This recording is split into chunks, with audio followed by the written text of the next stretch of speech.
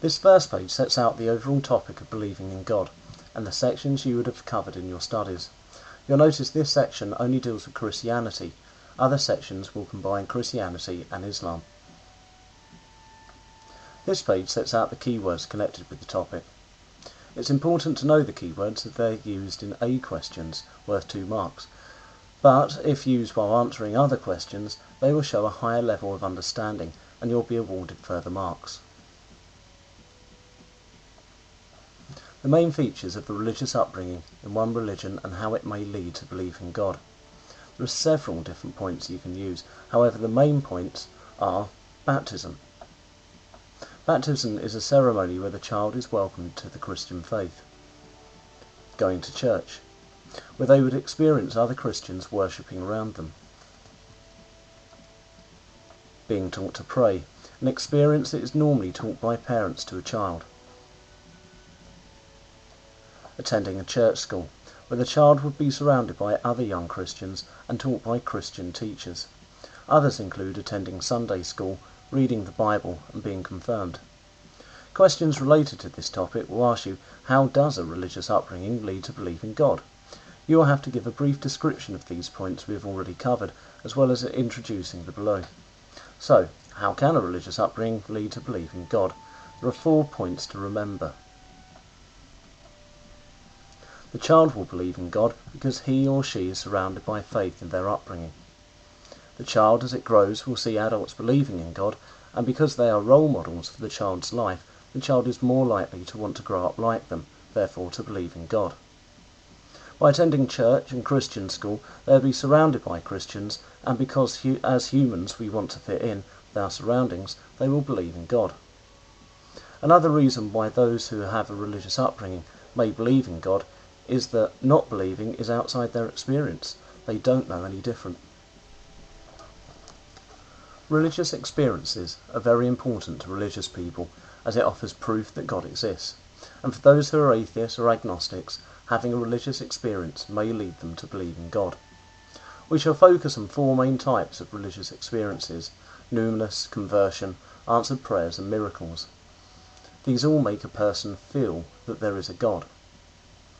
First is the keyword numinous, where someone experiences awe and wonder.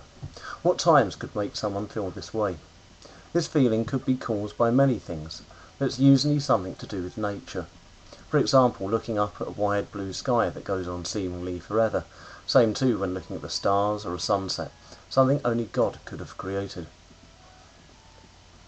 Conversion, changing faith, or another way of seeing it, finding faith, wanting to be part of a religion, maybe because they've observed a faith and feel that they should be part of it. Answered prayers. An example would be non-selfish prayers, for example the healing of a loved one. If it happens, it would be proof enough. Lastly, miracles. A person being healed, usually where medical science has failed. This event would make you think and feel that God exists. So, to sum up, how a religious experience could lead to belief in God. Well, it provides proof, even if at times it's personal proof. Convinces us that there is a personal God, not just one who is out there, somewhere. Affects a person to value the whole of the world around them. Affects a person's spiritual side, and it causes them to reassess their life. You know, like thinking, hey, what am I doing with my life? I need a point to it. That point is God. Before we look at the different theories supporting the existence of God, using the existence of the world and the universe as evidence, we must have an understanding of how Christians believe creation has happened. According to the Bible in the book of Genesis, the universe, the earth and all creatures were the result of God creating them over a period of 6 days. On the first day, God created the earth, light and dark. On the second day, God created the sky. On the third day, God created land, sea and vegetation. On day 4, God created the sun, the moon and the stars. At day 5, God created fish and birds. And probably most importantly, on day 6, God created the animals. God also created man and woman, Adam and Eve. The argument from design and how it may or may not lead to belief in God. the argument from design. Design theory is a theory first put by William Paley, a 17th century philosopher. Basically, he said, when we look at a watch and open it up, we peer down at its workings and how its cogs and springs work together to drive the watch, we realise that there is no way this could have come about naturally. It must have been designed and made. In essence, this is the design theory. We look at the world and see its detail, the oxygen cycle, nitrogen cycle, gravity, atmosphere, and many more things. We believe that this couldn't have happened by random chance. Rather, it would have had to have been designed. The only being able to would have to be omnipotent, all-powerful, omniscient, all-knowing, and this being is God. Let's go through the main points. The world is so complex and beautiful, it must have been designed. The only being powerful enough to have created it is God. Therefore, God must exist. Also, Paley's watch argument. That this theory can lead to belief in God is fairly obvious. The 4 points are: it provides evidence that God exists. It's a believable argument. Visible evidence supports this argument. People don't have to follow a particular religion to believe it. This next theory, causation theory, is even more straightforward than that of the design theory. St. Thomas Aquinas, 12th century monk, said everything has to have a cause. In a practical sense, we are already aware of this. For example, a row of dominoes start to fall. Why? Because someone has caused them to fall by pushing the first. In the same way, the earth and the universe are here because something caused them to exist, and that being is God. Only he has the power to create and cause it to be. God is sometimes referred to as the first cause. So let's go through the main points. Everything is caused to exist. Nothing can make itself exist. The universe must, therefore, have a creator, a causer. The only being powerful enough to have caused the universe is God. Therefore, God must exist. So again, how does this lead someone to believe in God? Well, in the exact same way as we saw it in the design theory. It provides evidence that God exists. It's a believable argument. Visible evidence supports the argument, and people don't have to follow a particular religion to believe it. Well, that's 2 theories supporting God. Let's look at another point of view. What does science say? Science doesn't believe the creation story. They would say that the universe was the result of a massive explosion called the Big Bang, which happened 14 billion years ago. Over time, the material from this explosion came together to form suns and planets. One of these planets was Earth, and life upon Earth developed due to evolution. It is useful to know that Charles Darwin, who lived in the 19th century, studied the way that animals have changed and came up with this theory of evolution. This had caused people not to believe in God because it provides proof that God is not needed. It's a believable argument. There is evidence to support the argument. For example, fossils. Well, as you can imagine, Christians aren't very happy about these scientific ideas and respond to science in both literal and non-literal ways. Literal is basically that creation is true and responses run like this. Scientific theories are wrong, plain and simple. God created the world exactly as it was written in Genesis, and that it took 7 days. Non-literal is that God did make the universe, and the story was a simplistic way of explaining to people the past. Therefore, they argue scientific explanations are just theories, not proven facts. God may have caused the Big Bang. The Genesis creation story is a myth to show God's creative power. Science and religion could both be right. Some religious people may stop believing in God when they feel that he isn't there. One example of this is when their prayer is not answered. Let's go through the scenarios. A person may pray to God for something, for example, for a relative to be healed. Nothing happens and the relative dies. The person feels as though their prayer has been ignored. This might lead some people to think that there is no God, as God would have answered the prayer. God is not all-powerful and couldn't answer their prayer, so is not worth believing in. That praying is a waste of time. So how does religion cope with this problem of unanswered prayers? Well, the Christian responses are fairly straightforward. That the person may be praying for the wrong thing. That God may have answered the prayer differently from how the person expected it to be answered. The prayer may have been selfish and not in their best interest. That God has given human beings free will, so cannot interfere. That humans cannot understand the way God works. And lastly, God uses Christians to answer prayers through good work. Another aspect of people's life experience that can lead some people not to believe in God anymore is the fact that there is pain and suffering in the world. Some people call it evil. Evil is generally separated into two main areas, natural and moral evil.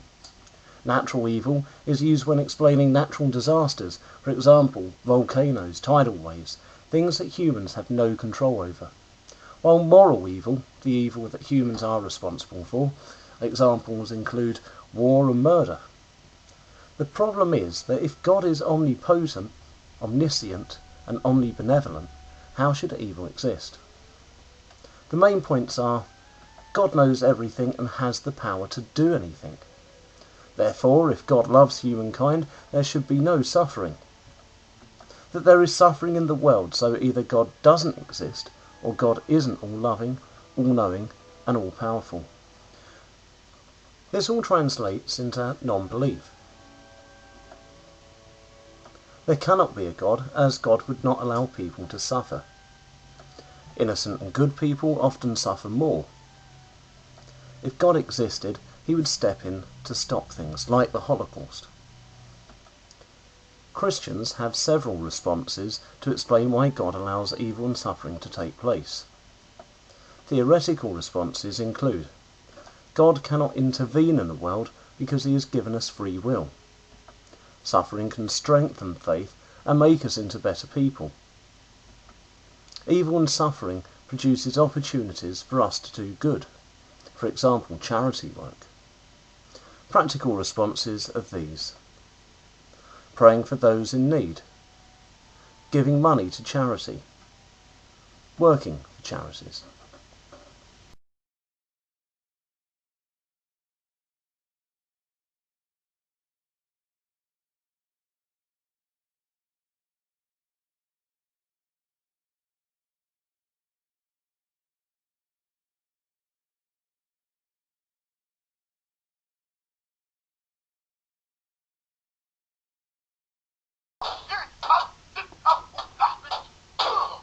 Well, that was fun. Now for eons of loneliness. Huh?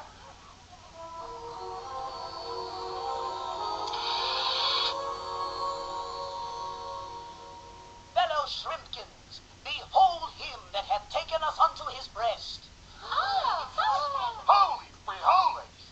All bow before the great metal lord.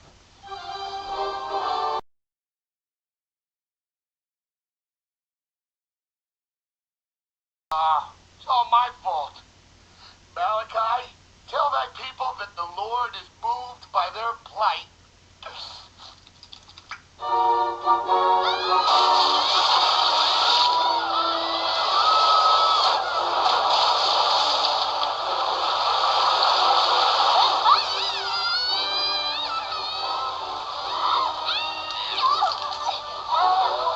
Malachi Jr., no!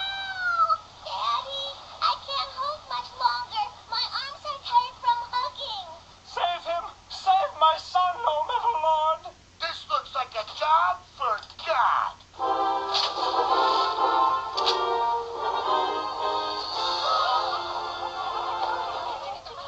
What the? Malachi, what manner of deal is this with the chanting? They saw you save my son. Now everyone is praying for their own miracles. Very well. What do they want? The people of that village pray for wealth.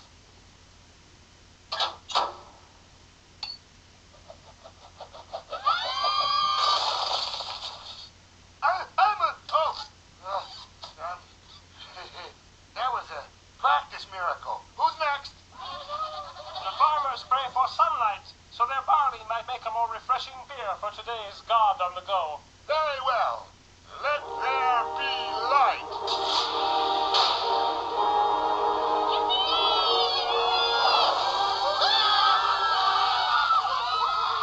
I got it.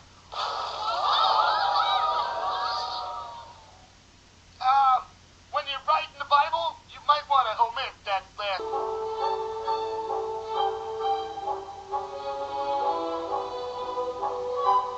Oh, little Lord, hear my prayer. Yes, Malachi, what is it this time? My Lord, the infidels on your back no longer believe in you. They say their prayers go unheeded. Of course they're unheeded. How am I supposed to hear prayers coming out of my ass? They talk of war against the faithful. I beseech thee, rise up against them. Smite someone who deserves it for once. Dead.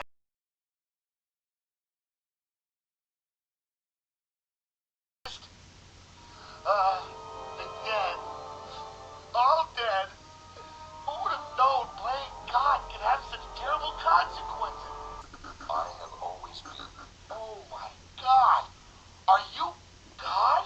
Possible. I do feel compassion for all living things, my good chum. So, do you know what I'm gonna do before I do it? Yes. I bet a lot of people pray to you, huh? Yes, but there are so many asking so much. After a while, you just sort of tune it out. Bender, being God isn't easy. If you do too much, people get dependent on you. And if you do nothing, they lose hope. You have to use a light touch. When you do things right, people won't be sure you've done anything at all.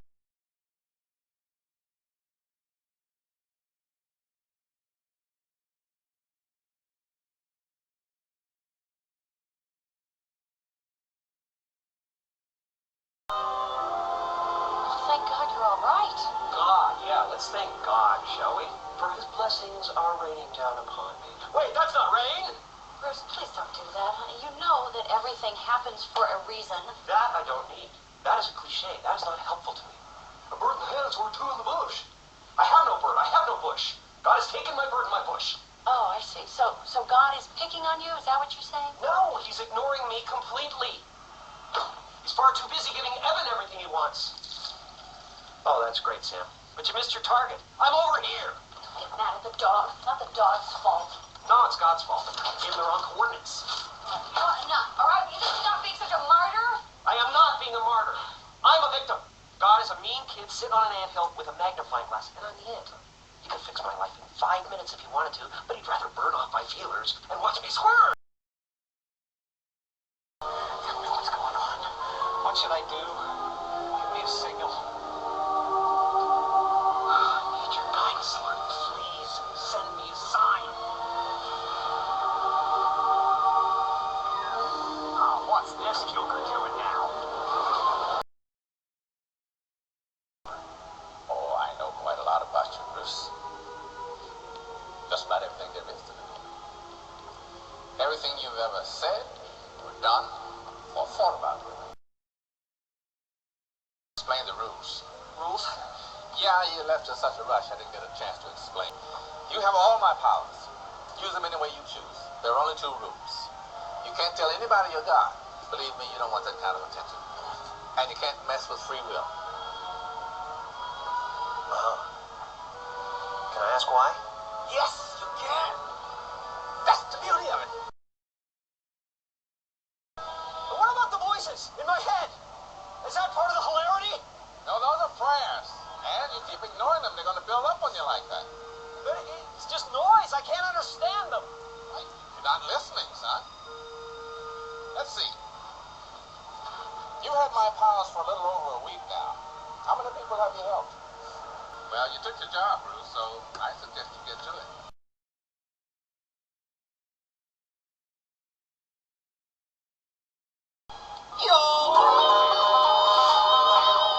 You've got prayer.